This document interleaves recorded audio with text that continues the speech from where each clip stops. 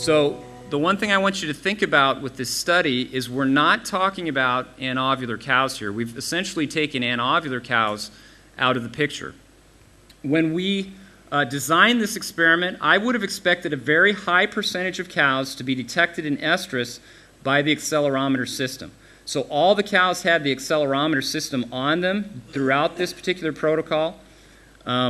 We basically took Alessio out to the farm and we dropped him off, so he was trapped out there, and he had to scan cows, he ultrasounded cows 3 times a day after each milking from Wednesday, Thursday, and Friday to target the timing of ovulation.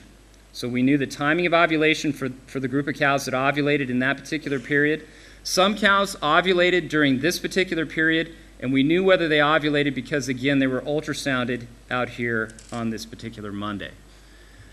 So the results that we found from this were quite interesting. If you look at the data from the accelerometer system, only 71% of these cows actually showed an estrus activity that was picked up by that particular system. So one of the things that I'm telling dairy farmers in Wisconsin and the U.S. is that you are never going to catch all of your cows in estrus, even if you purchase one of these systems. And I think that is one of the selling points of these systems, is that you're going to catch all, or at least a high proportion of your cows in estrus. Keep in mind, again, we removed the anovular cows from this particular experiment, and only 71% of them were detected in estrus. If you want to compare numbers, this is just data from the heat mount detectors, and you can see that the numbers, although we don't have large numbers of cows here, the numbers are not statistically different. Okay, and so I don't think it has to do with the setting of the accelerometer system. I truly believe that this is a reflection of the estrus activity of the cows.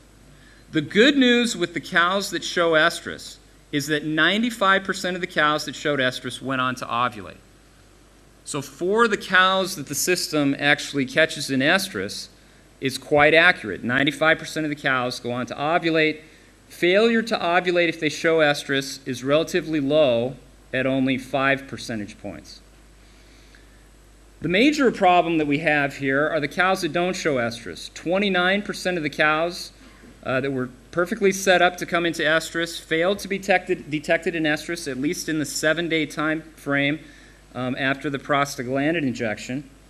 And the major problem here is that about a third of them, 35% of the cows, actually were ovulating, but they were not showing signs of estrus.